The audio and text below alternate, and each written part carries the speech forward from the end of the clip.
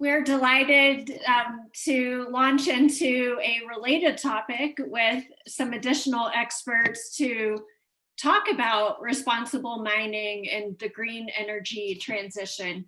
So I'll remind everyone who's participating today that the chat function is turned off for the webinar, but we invite you to submit questions. Those were excellent questions for the first panel, and look forward to talking about your questions and comments at the end of the presentation.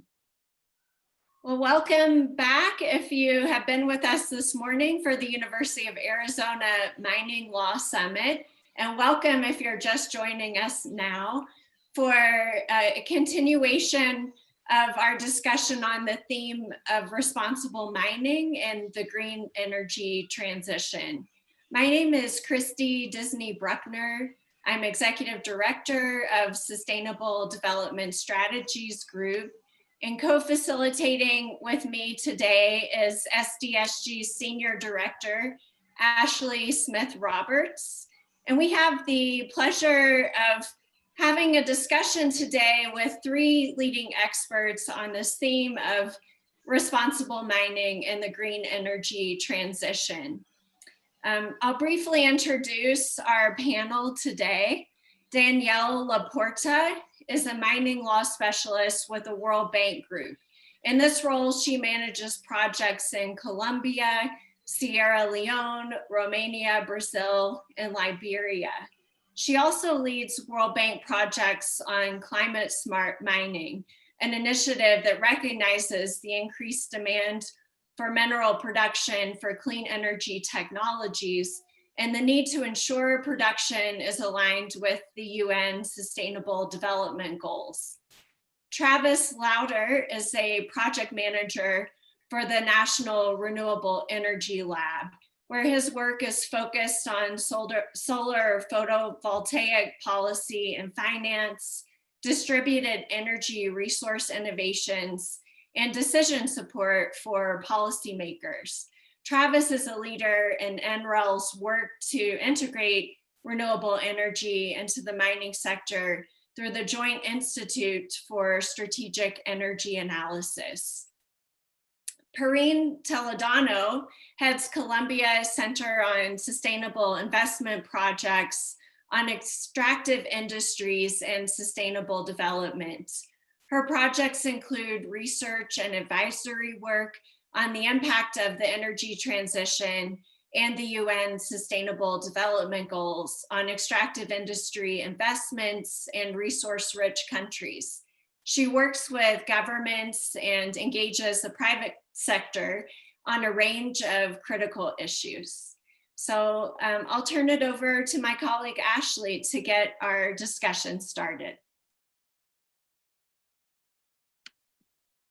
Great, thank you so much, Kristi, and thank you so much, everyone, Perrine and Danielle and Travis, for being with us this morning.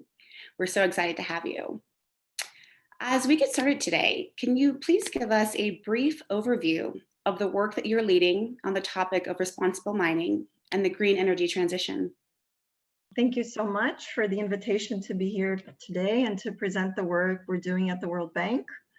Many of you probably are familiar with a report we published back in 2017, which is where our work started, looking at the materiality of the clean energy transition.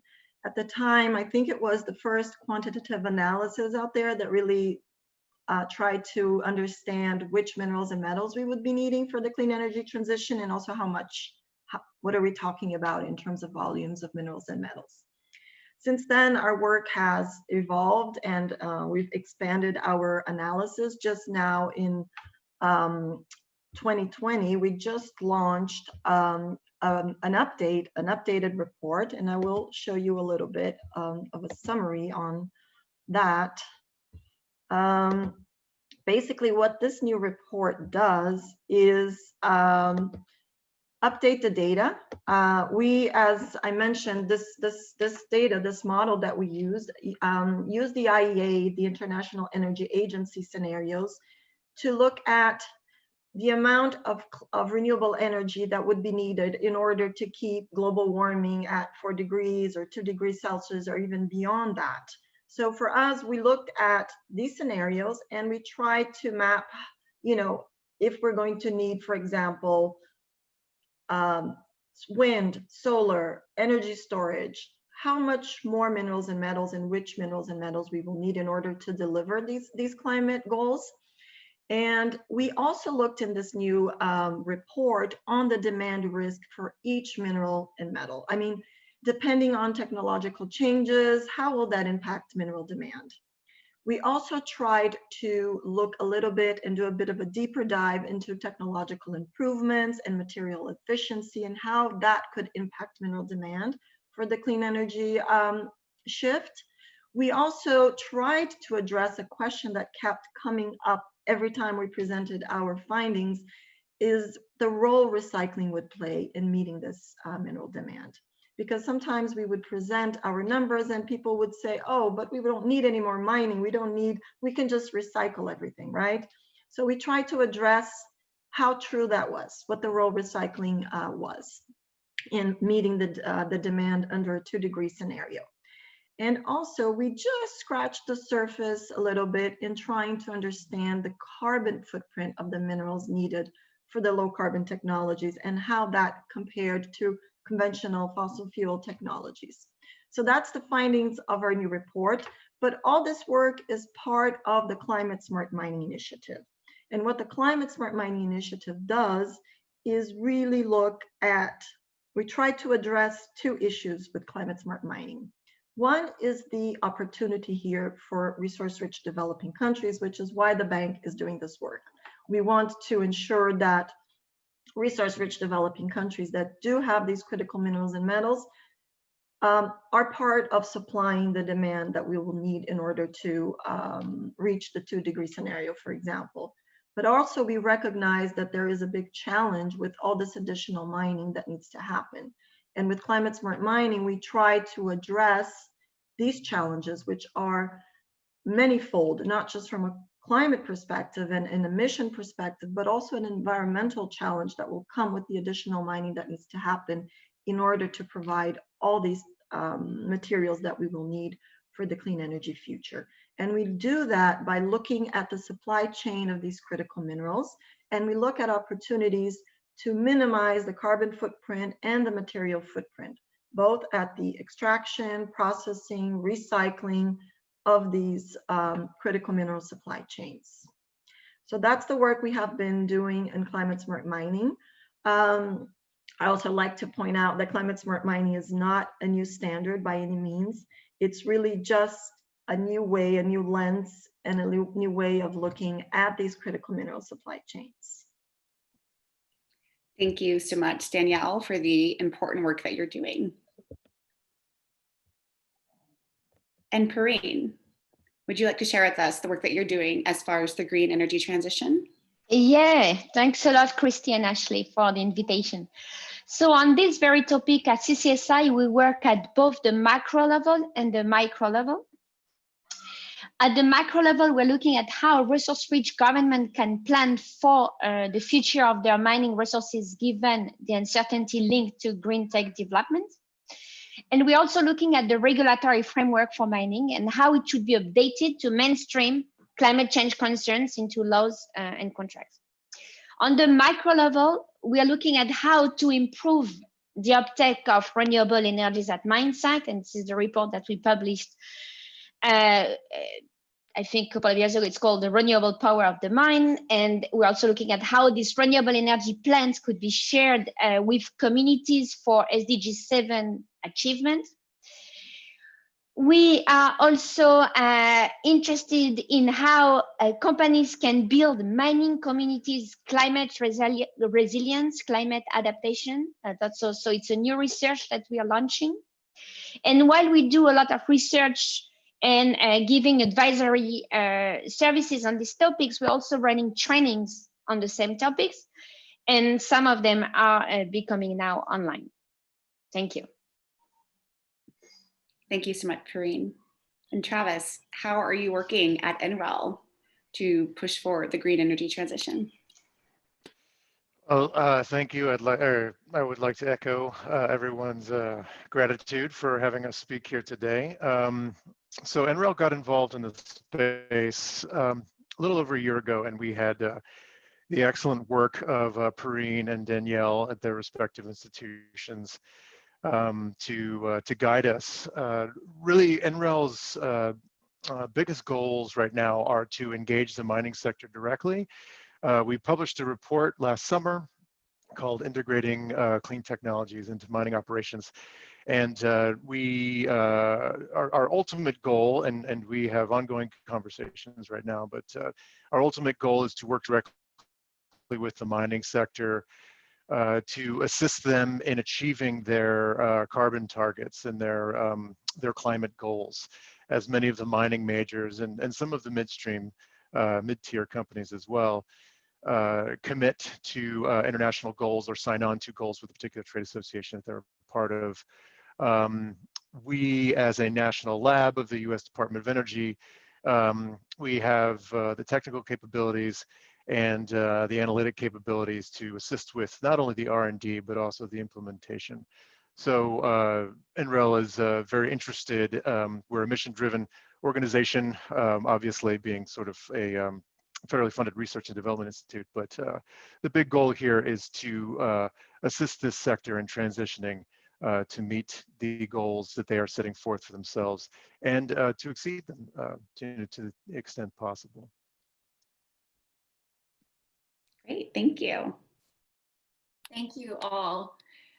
Danielle, the World Bank's Climate Smart Mining Initiative has found that production of key minerals for the green energy transition, such as graphite, lithium, and cobalt, may increase by nearly 500% by 2050.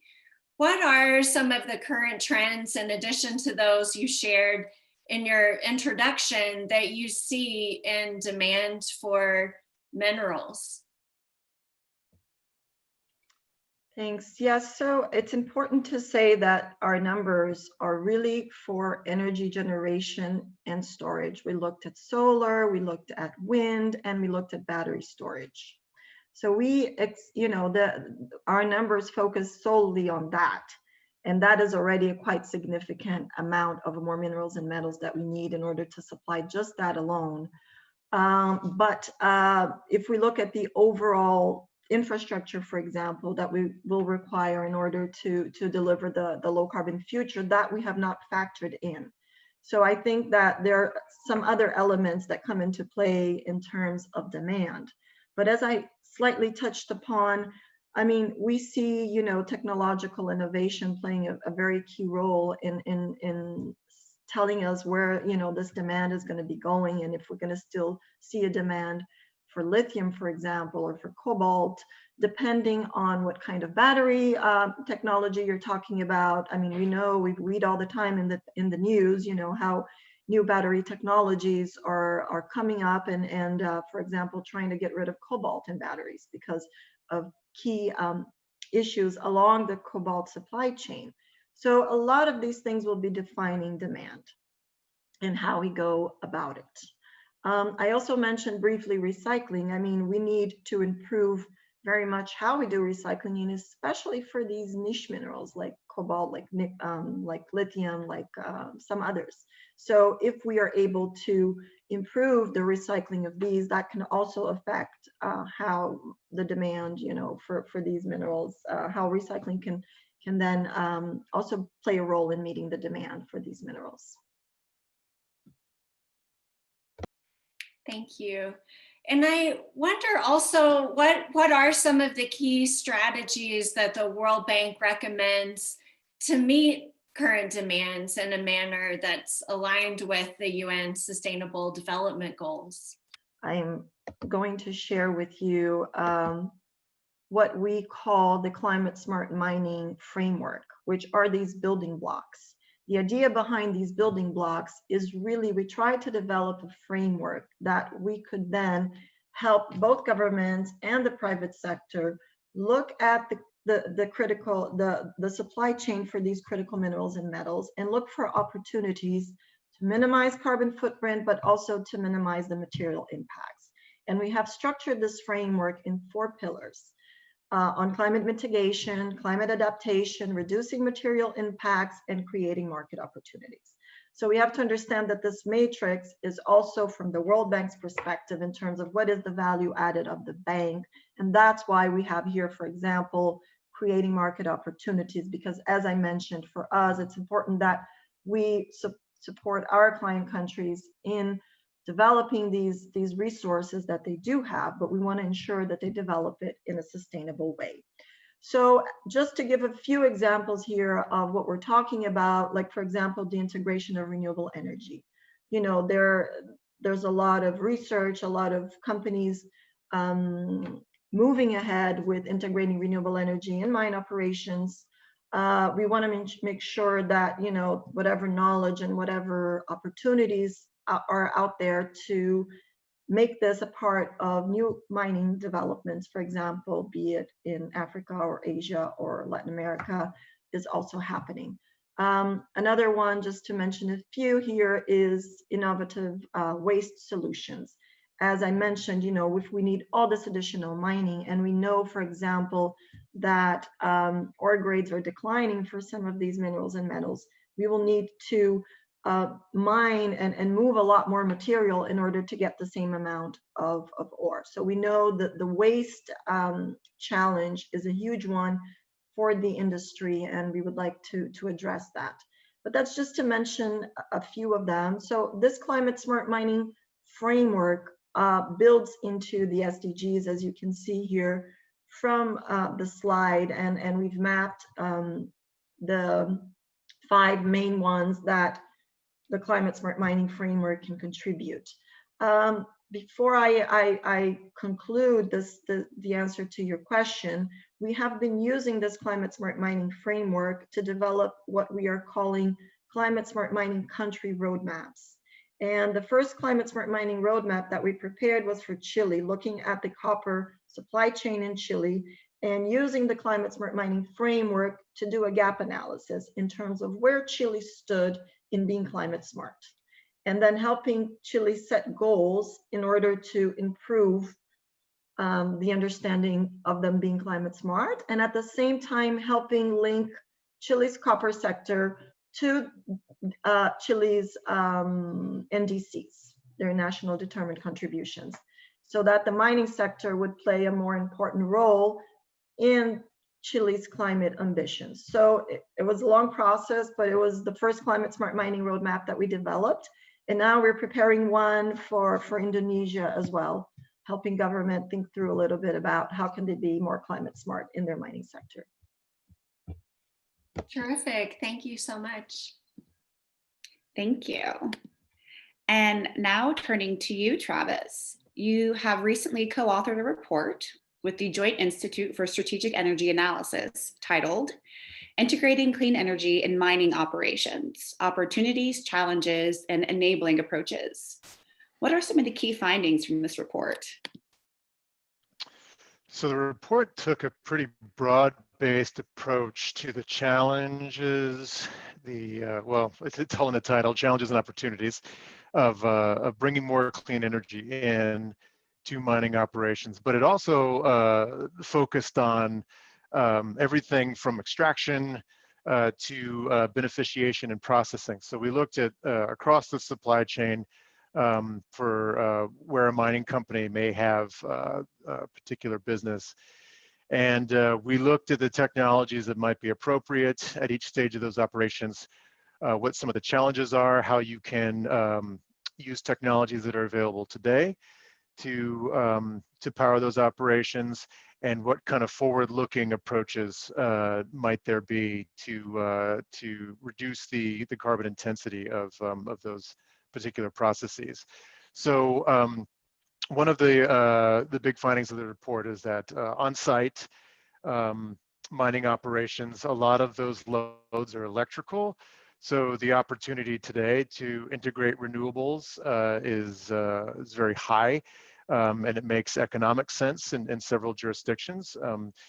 Going forward, as you've got greenfield development for mine sites, the opportunity to integrate renewables into the design of that site and the engineering of that site, such that you can build a renewable system that has a higher level of integration with the extraction process. That today is probably the biggest opportunity to reduce the carbon intensity of the mining process. However, further down you on the supply chain, once you sort of hit the transport piece of this, and then into the metals processing and minerals processing, where you've got things like process heat, or if you're looking at a iron processing, you've got the reduction process, which is highly carbon intensive, but that's based on a feedstock and not necessarily energy emissions or emissions from energy production. Then it becomes more of a challenge. So we looked at technologies such as hydrogen and other potential feedstock substitutes, and projecting when those might become available to integrate into those processes. Another finding of the report is that challenges exist today, particularly in, let's say, the contracting process for renewables developers to work with mining operators. The issue there being that life of mine may not necessarily correspond to the term that renewables operators or renewables developers typically look for in a power purchase contract. This is obviously going to vary by jurisdiction, but when you've got technologies that have lives, contractual life in the United States, it's typically around 20 years, but these technologies can last longer. So there are some challenges in having meeting the commercial interests of the renewable energy developer with the mine site operator. And some of those are being sort of hashed out today. These projects are going in the ground, so we're seeing some positive signs there. And one last thing I'll mention from the report is the difficulty of variability of renewable technologies, particularly when storage. Lithium ion storage is available today. The duration isn't such that it would allow for an extensive carryover during a period when you don't have generation from, say, wind or solar technologies. And longer duration storage technologies are a few years out. Hydrogen there, again, can play a big role, but this is a future-looking sort of opportunity. It's not quite at the cost point where it makes sense. So today you've got an issue where integrating variable renewables, you can do it, particularly if you optimize the situation such that you can dispatch at appropriate times, and you're always forecasting, and you've got a microgrid controller, say, to run the technologies. However, it's not something at this point where we think a 24/7 mining operation can benefit from the full suite of renewable implementation. This is still something that we're waiting on some longer duration storage and maybe some more economical storage to see. That's very insightful. Thanks, Travis. Perrine, CCSI has a long track record of collaborating with the World Bank, Nrel, and many other institutions, as well as governments, non-governmental organizations, private sector actors, and other stakeholders to ensure that mining is leveraged to optimize sustainable development. In your experience working across these stakeholder groups, what are some innovative examples of how mining has contributed to the UN SDGs, particularly on affordable and clean energy and climate action? Thank you, Kristi. I think it's a great question because contributing to both SDG 7 and 13 turns out to be quite rare in the mining sector. And in our study, The Renewable Power of the Mine, we found only 2 case studies where the renewable energy project was also serving the communities. One is in Australia with Rio Tinto, and one is in PNG with Lihir, that is now Newcrest. And each time, basically, the mine and the communities are together in a mini grid, and the company's renewable energy project injects renewable power into the mini grid. So it's hybridized. So the mini grid is now a mix of diesel and solar in the context of Australia, and diesel and geothermal in the context of PNG. Another interesting example is in Burkina Faso, where Yam Gold has reportedly developed plans with the government in order for the government to take over the renewable energy project post-closure, which is an important move that is not done by all companies. Other interesting examples are the crossing of SDG 6, 12, and 13. For instance, at a Chilean mine, Anglo American slows water evaporation of a tailings dam with a solar plant that provides shade, and it enables the use of the water to cover 45% of the mine needs while reducing tailings dam failure risk. So obviously, to avoid failure, it is better to avoid building wet tailings dams, but this example can be a good mitigation measure. So these are a few innovative examples, but the problem from our perspective with mining companies is that they don't necessarily streamline good practices across their mine sites, even within the same company. So at the end, there is a huge missed opportunity for the SDGs.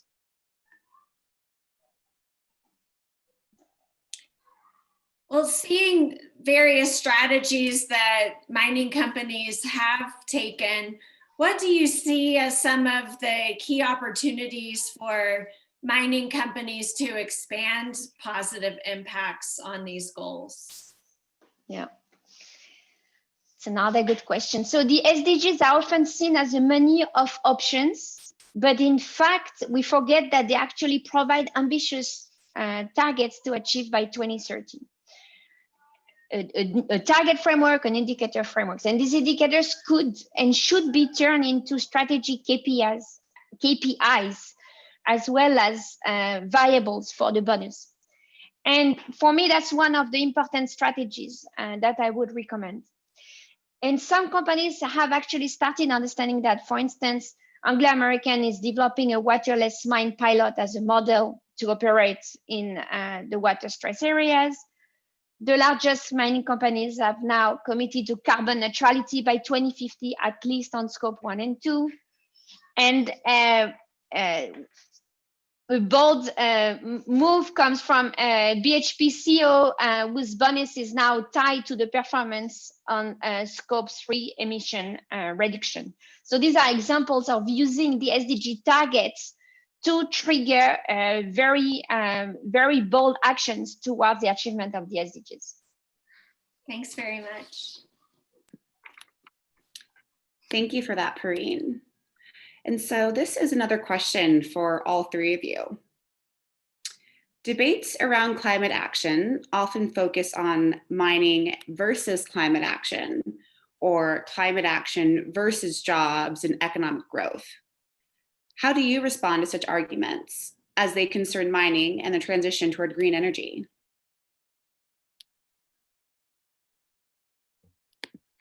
Maybe I can start. And from the World Bank's perspective, as our reports show, there will be no climate action without mining. We will need mining in order to get there. I mean, if we want to meet our climate ambitions, we need to get there. We need to do more mining. And our numbers really show that the more ambitious we are in our climate targets, the more mining minerals and metals we will need. So we need to understand that. And I think that this message is a lot more clear now than when we first published our report. And I think it's something that the mining community understands, but perhaps there's still some advocacy there that needs to be done in order to get everybody on board and to understand that it is a challenge and an opportunity, right? So for us, it's really clear to see that we have more and more understanding of this fact. And as you see, for example, today, as something that you did not see before is that end users of these minerals and metals are more concerned about where they're sourcing their minerals from. That was not the case 5-6 years ago. So the supply chain of these critical minerals that will supply, the materials for the clean energy technologies, I mean, it's not as fragmented as before. It's really becoming a lot more homogeneous in a sense that you have everybody working towards the same goal, right? Because of pressures from investors, of pressures from consumers. So there's a big opportunity there to really understand that it's a process, and that the mining side is also going to be key if we want to get to building this low carbon future. Thank you. Travis, do you have any thoughts about this debate that we've been hearing lately? I do. I will echo Danielle's last point there, that she framed this in terms of pressures, and I would just say that it certainly is pressure, but I think it's also a general sort of understanding that the incumbent technologies and practices for extractive industries are not going to deliver the kinds of goals that we want, and we're seeing this, as Danielle pointed out, from investors, from the downstream purchasers of these commodities. And the Business Roundtable came out with that statement a couple of years ago where it was promoting stakeholder value, sort of right alongside shareholder value. I think that the business community across industries is waking up to the fact that the prevailing ways of doing business are changing. And it's no longer there's no longer tension, or that tension is relieving sort of at a rate we've not seen before, between, let's say, doing the right thing and getting business done. There's renewable technologies today that they're not baseload power. They may, in certain instances, cost more than traditional technologies, but the technology cost curves are falling, and the practices for integrating these technologies, the learning curve is on a sort of exponential up ramp right now. So we'll only see more and more of this. It's making business sense. It's making economic sense to work with these things, and the R&D community, to which I belong, is very invested in advancing technologies such as hydrogen and alternative fuels and alternative feedstocks and things like that to reduce process emissions. We're only going to see these things grow in terms of making the business case palatable for these companies. So I would say that while we're on the path there, the general will exists to get us there amongst the companies, amongst the regulators, amongst policymakers. So this sort of big push that we're seeing amongst all the players, amongst all the stakeholders, is really sort of relieved that conflict, I think, to which you referred in your question there. Agreed. Thank you so much, Travis. I think that you and Danielle have both hit the point on the head that it just makes business sense to be integrating climate action into business operations. It's going to become more par for the course, I think. That's the trend we're seeing. Perrine, is there anything else that you wanted to add to this conversation? Yes, I guess it's a complementary perspective. For me, this debate in particular, the one on climate action versus job and economic growth in the mining sector, for me, that emerges from both silo thinking and from lobbying effort to slow down ambitious climate action. And it reminds me of the debate surrounding the Green New Deal in America or Europe at a broader level. I think we need to really stop this disconnect between the industrial policy and the climate change policy, and actually industrialize through the green transition. Interestingly, renewable energy projects create 3 times more jobs than fossil fuel projects.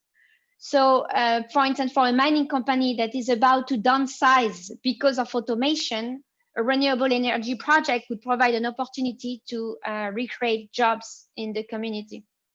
And so in some countries, this is very well understood by both the government and the mining sector. You take Chile or Sweden, and there is a full public-private collaboration around this type of issue, and it is working well. And maybe Danielle can testify in Chile, given the CSM roadmap in Chile.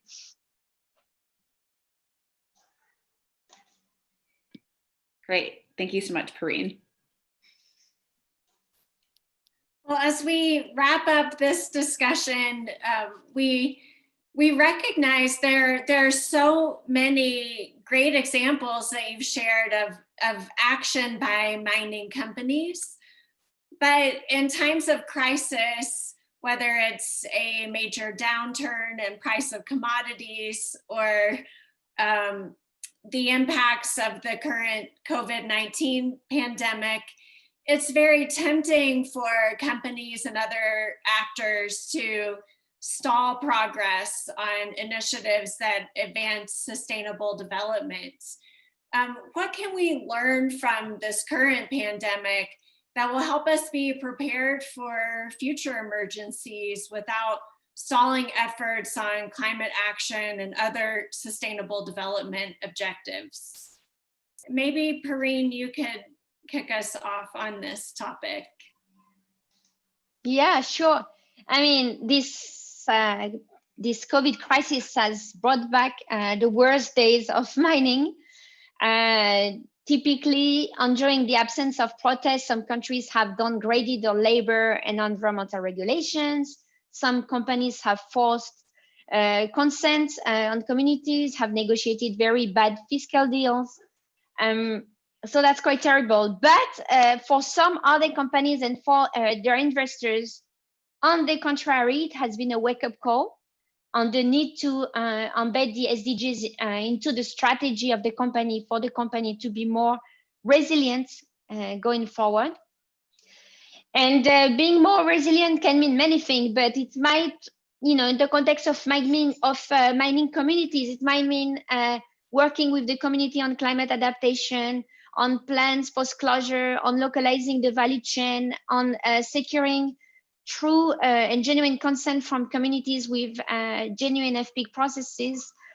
These are just examples, but there is a lot to do to rebuild better after this crisis. Thank you. Travis, what would you add?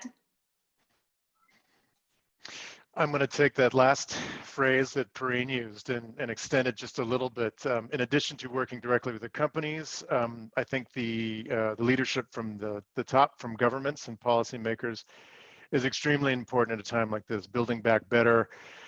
We've all read the articles and the thought leadership on this from IEA and The Economist. It's been published far and wide that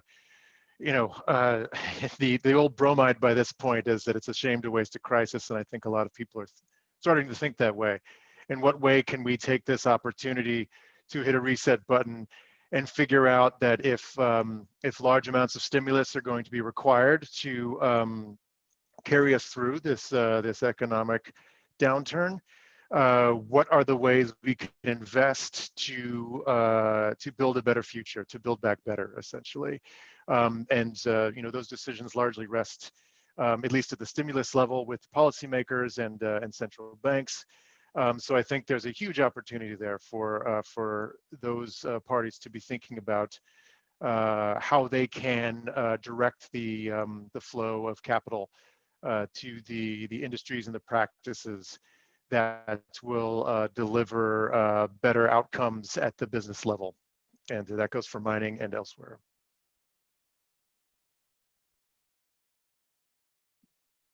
Thank you. Danielle, what would you add? What is the World Bank seeing as some of the key opportunities to leverage in this moment, and key takeaways that can help us learn and be better prepared in the future? Yes, so I think the first one is building a little bit on what Perrine just said. You know, we just had the World Bank's annual meetings, and the role extractive industries will play in rebuilding countries' economy will be an important one. But you know, we need to ensure that we keep working with these countries and these governments to strengthen governance in these countries, so that, you know, new projects or even expanding existing ones, you know, in an attempt to boost the economy, that we don't cut corners and then compromise on sustainability, because that's a legitimate risk that, you know, as you want to scale up mining and you want new, you know, revenues, you there is a risk that you will cut corners, and then you have, you know, you kind of go back on some of the progress you made in terms of sustainability. So that's one. The other thing, we just conducted a research looking at the impacts of COVID on critical minerals and how the crisis was impacting critical minerals. And for us, there were two very different set of issues. The first was very much related to immediate impacts from COVID, and the other was more long-term. And in terms of the immediate, three were more very visible. The first one was really how mine operations were not that affected, really. I mean, some were, depending, of course, on the size of your operation, but it was more on the supply side. I mean, the implementation of and the manufacturing side. It was not so much on the mines. The second thing was that there was a notable reduction in investments in new projects. There was like a complete halt in some ways because of the uncertainties and also on the volatility of the price of commodities. So there was that. And also one that was very interesting was the relation between mining companies and communities, and the need to really work with communities and in these situations, because it was really up to this relationship being strengthened and being done well, that your impacts from the COVID crisis were more significant or less, depending on the health of that relationship. So those were the three main key findings from this recent research. Excellent. Well, I'll turn the floor over to Ashley to wrap up our discussion today. Thank you all for your participation. Thank you so much. And just in the few moments that we have left, if anyone wants to share anything else about their work with mining and clean energy, just really quickly to leave us with something to think about for the rest of the day, feel free to share. Maybe a concluding word, but that is really echoing what we've all said throughout this this session, is that because the green transition is so mining intensive, as the World Bank reports have shown, mining has this incredible responsibility to ensure that the green transition doesn't only work for SDG 13, but for all the SDGs, because we need all of them to be achieved and not some of them. So at CCSI, we're standing by and trying to find solutions in collaboration with other actors to overcome all these challenges. Thank you so much, Perrine. Anything else that anyone wanted to share? I'll say real quickly that I think mining companies have a reputation, like banks, of wanting to be the first to be second to adopt and implement. But it's been very heartening to hear from these companies that they are invested in implementing the technologies that will help them transition to lower carbon operations. They're looking at this in a way that they never have before, and organizations such as Energy and Mines are out there putting on these conferences and bringing them all together, and collaboration is key to figuring out how to advance in a low carbon extraction future. So I will just leave it on a positive note to say that I think that the companies are exercising the foresight and the cooperative instincts to get to their goals. The view is positive from where we sit, at least. Thank you. Danielle, any parting thoughts Yes, before we I would go? also like to end it on a positive note. I mean, I've been working in the industry for more than 20 years. And I think that we're seeing now is really an opportunity. You see really policy momentum building. You see, you know, the integration of ESG into investment mandates. You see, you know, growth in green financing, and all that is a reflection of this really need to change. And I think that we're in a bit of a crossroad right now, and that we are hopefully going the right direction, that this change will be reflected in the industry in general going forward. So I think we're seeing something positive, and I'm hoping with, you know, the work we're all doing will be contributing to that. Thank you. Yes, it certainly is. Thank you so much, all three of you, for sharing your insights and expertise with us today, for being a part of the Mining Summit. We are so happy to have you. I'll invite my colleagues Travis and Ashley to join in for a discussion, and John as well, if you can join us, if you want to talk about the video. Sure, we do have a couple of questions that did come up, Kristi. So do you want to submit that to the panel? Sure. I just, before we launch into those questions, and we welcome you to please add any additional questions or comments that you would like to the Q&A thread. I think this is just such an important topic, and one that the law students that I work with in different institutions are often really surprised about.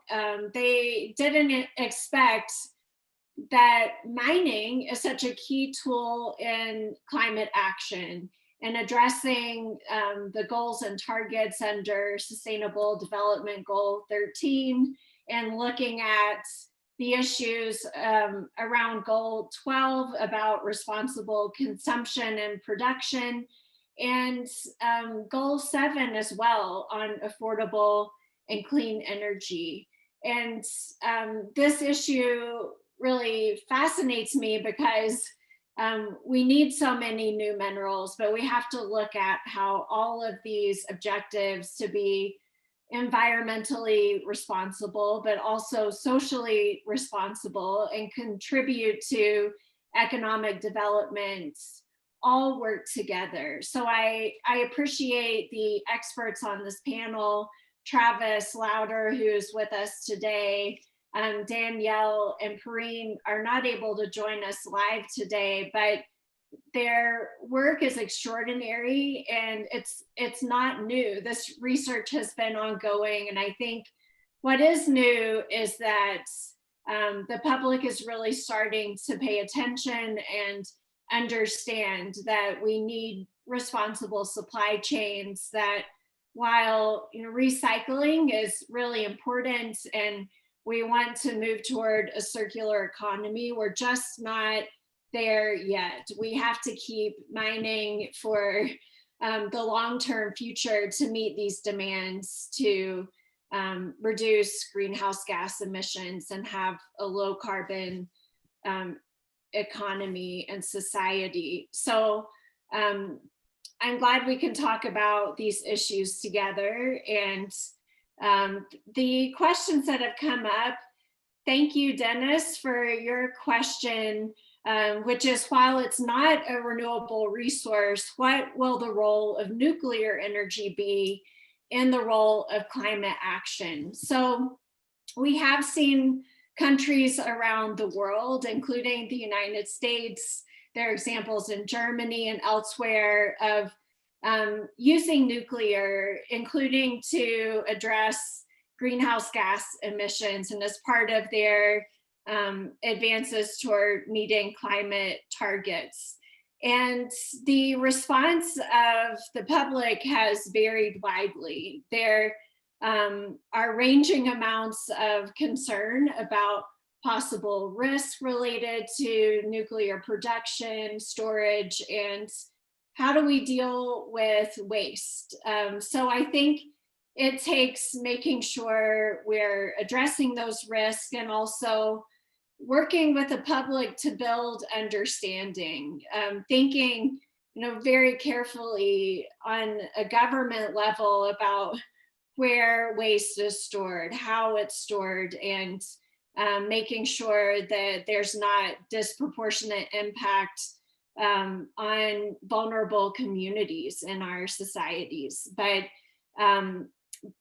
the short answer is that governments are adopting and taking on nuclear slowly and cautiously, given some public perceptions and the need to address risk. And I invite anyone else on the panel, if you have other thoughts about the role of nuclear, to add to my response to David. Kristi, I might just add that when it comes to nuclear, I think the designation of renewables in the eye of the beholder, it's, I wouldn't say it's controversial, but I think it's up for debate. And I won't wade into the argument here. I will say that I was at the Clean Energy Ministerial, which is a meeting of worldwide energy and environmental ministries. This was about a year ago, and nuclear was part of the conversation for the first time, I believe, in the history of that body. So people are considering nuclear in a big way. I think nuclear certainly does have a role to play in the broader sort of decarbonization context. There's a lot of nuclear assets out there. People are, talking about ways that you can relicense these assets, and maybe it's not about new build nuclear, but it's about preserving the asset base that exists. And you still have to deal with issues like waste and proliferation concerns maybe, but if you're not building, if there's no new build, then those can be managed using current practices and laws and standards. The National Renewable Energy Laboratory does look at nuclear, both in terms of the small modular reactor, the growth area, I think that this represents, right? And it's particularly for mining. We hear from mining companies that are interested in this SMR technology, applying nuclear power on site. I think it's still very much in the R&D phase. There's no real demonstration of the technology yet, particularly for the mining context. But also nuclear can provide things like waste heat, which can be used. And we talk circular economies and closing the loop.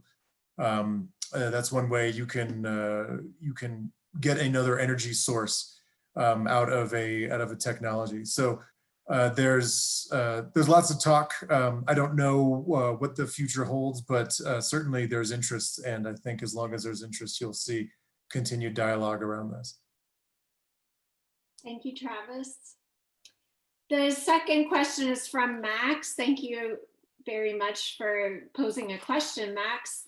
Max is a master's student in mining engineering and also a Peace Corps volunteer who served in Guinea for the last 2 years. So he's inquiring about what opportunities exist for mining engineers and technical professionals at the World Bank Group. So although Danielle isn't able to join us today, I can respond, because we're frequently consultants with the World Bank and partner with the bank on various projects, that there is absolutely a need for your expertise and innovation and your technical knowledge, Max. And I really encourage you to look for opportunities. So how can you do that? You can go to just Google the World Bank e-consultant portal and make a ID for yourself and look for opportunities and find ways to share your expertise. And another way is just to reach out to experts in the World Bank group, let them know what your interests are, and start to build relationships with those experts who are really looking for innovation, for new ideas, and the type of technical expertise that you are developing. And you might also look and see who's at the World Bank office in Guinea and reach out to that office, see what kind of services they might need, since you have a connection with that country and some experience there already.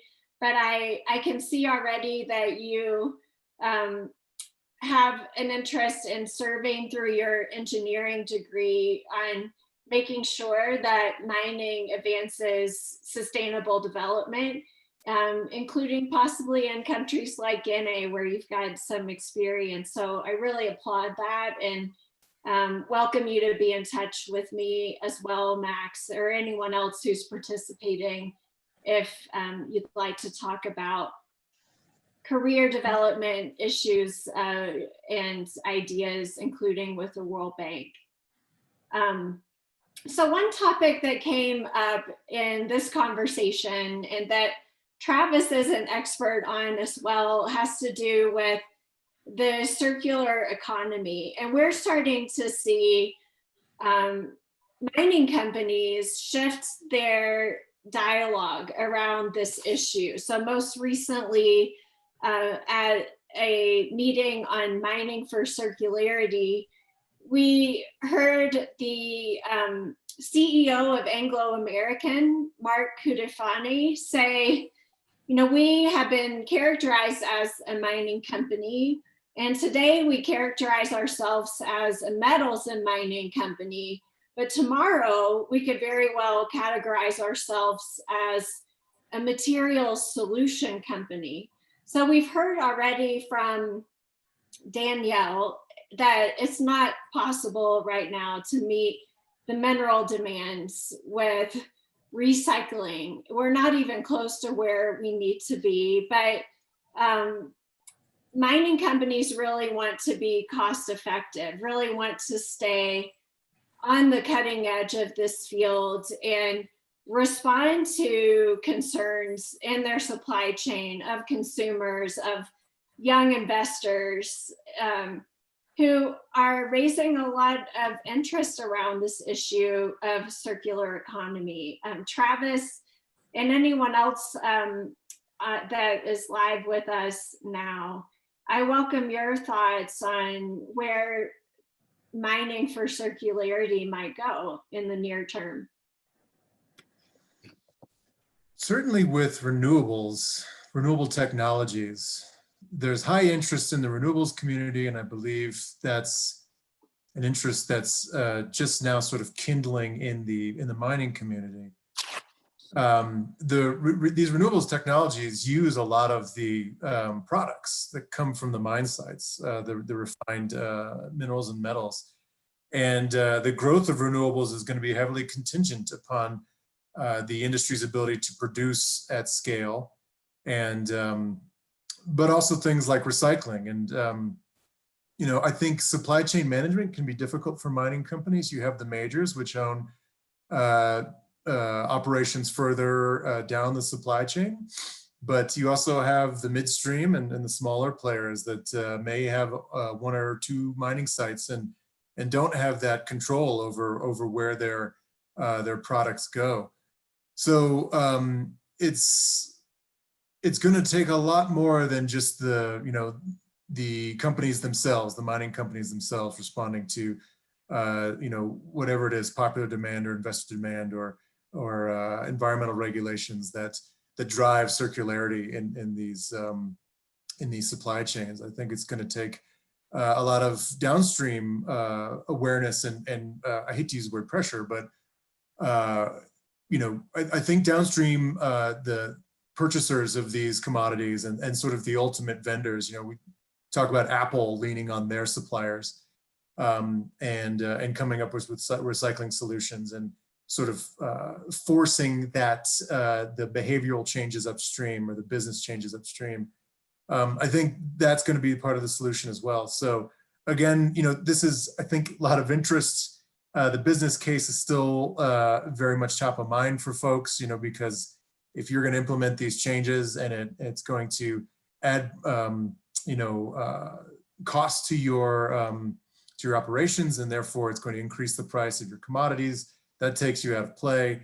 There's got to be a sort of a comprehensive way to address this, such that all companies are kept on a level playing field. But lots of sort of individual efforts going on right now. I think sort of a bigger push in this area is something that we're all eager to see happen, but not quite there yet. Thank you. So we've talked a bit about the need for increased quantity of minerals to act on climate, but another way to look at mining and its contributions to climate action has to do with energy efficiency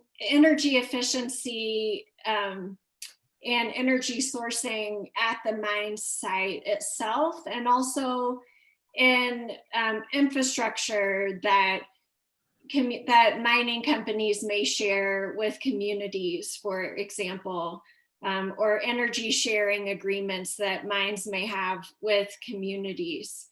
And we hear statistics around 9 to 10% of global energy use is by mining companies. So this is really significant in looking at the energy mix. So we understand that energy storage is an issue. The issue of intermittency is still with us. But I'm wondering, Travis, from your research and recent reports around renewable energy of the mines, and also on strategies to integrate clean energy into mining operations, what are some of the trends that you see in reducing emissions from the mine site itself and improving energy efficiency? I will say that the business case for renewables, as they are, without some sort of hybrid approach attaching storage, what have you, the business case exists today. Even with storage, it exists today. I think the longer duration storages that are going to really smooth out those generation curves, that's a little bit of it's a little further out. But people are working on it now, and we'll see developments as the years move on here.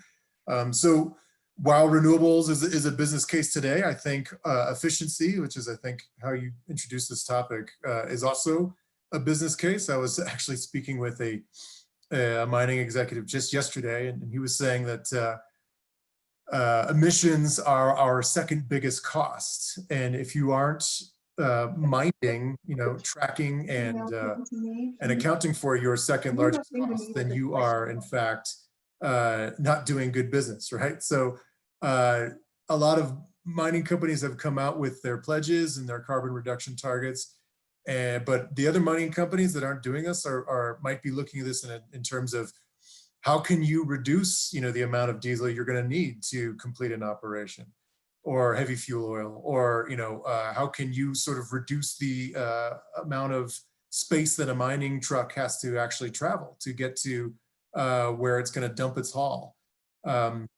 So thinking strategically about mining operations such that you reduced energy inputs, that's really, I think, how companies are thinking about this in terms of bottom line. There is, of course, the carbon reduction, decarbonization generally aspect of this as well. But I think companies are really sort of getting into this space initially is how they're going to remain competitive. And they can do that today. And going forward, as technologies become more available, and say hydrogen becomes something that companies can use to store energy, provide process heat, fuel their trucks, and also provide on-site electricity. And there's a hydrogen economy where the economics, there's economies of scale. The business case only improves. So I think we're thinking about this in terms of today. What can you do now that makes business sense? How can we move towards goals of either energy efficiency or carbon reduction or what have you? And what are the technologies that get us there? And driving towards those technologies in a way that includes investment from not only the business community, but governments. You see this in Australia for hydrogen right now. There's big investments in hydrogen and elsewhere. All these pieces are going to sort of fall into place, I think, and to sort of deliver us to the same goal, even if the goal is expressed differently amongst companies. Well, I'm leaning on our engineering student, Max, to find some solutions for us. So I think there's some promise there. We have an additional question that just came in. How is it possible to contemplate circularity, given that billions of people in the world who live well below the poverty level in the US, and that to raise those income levels to those of advanced countries will require a substantially larger minerals output than we see today? Anyone want to share thoughts on that? I will say, maybe just very quickly, that recycling, even though it's not projected to sort of close the gap for what the mineral demand is going to be in 5-10 years, it's going to be critical. Let's just take one element, right? Or one mineral, lithium. Mm-hmm. Lithium recycling, as battery manufacturing ramps up, not only to address electric transport, but also energy storage, and consumer electronics certainly being the baseline, but also increasing. The ability to recycle batteries and extract that lithium and the other elements as well, nickel and cobalt, that's going to help a great deal in trying to meet that mineral demand, and also provide a low-cost input to newly manufactured products that can perhaps address, the needs of the billions that are below this poverty level, right? Low-cost inputs and modular manufacturing and all these things that can produce the kinds of assets or consumer products that are going to be needed to, say, increase education and bring these folks out of poverty and connect them to the world economy. It's all going to be part of the same system. So recycling and as being sort of one sort of prong in the circularity discipline entire is going to play a huge role. Yeah, and this reminds me of the point that Perrine ended our panel with, which is we can't look at any one sustainable development goal individually. We really have to look at all 17 goals and 169 targets and all of the indicators together. And it's a huge challenge, but to the individual who wrote in this great question, this is part of the path to sustainable development that will continue to increase our action to have more responsible consumption and production patterns, to make sure we're addressing climate action, affordable, clean energy, and at the same time, paying attention to the need to address goal 1, which is no poverty. And that is a goal that we, over the past decade, have made so much progress on. And only recently in this era of COVID-19 have started to see decline in an increase in the numbers of people living below poverty line again. So we'll keep ramping up action. And I think it's such a good question because the way that we act to reduce poverty has to take into consideration the increased need for minerals of every single additional person born on this planet that they rely upon to survive. So we have to keep innovating, and that takes the work of economists, of engineers, of lawyers, of anthropologists working together. Ashley, do you have any closing thoughts for this panel before we go to our break?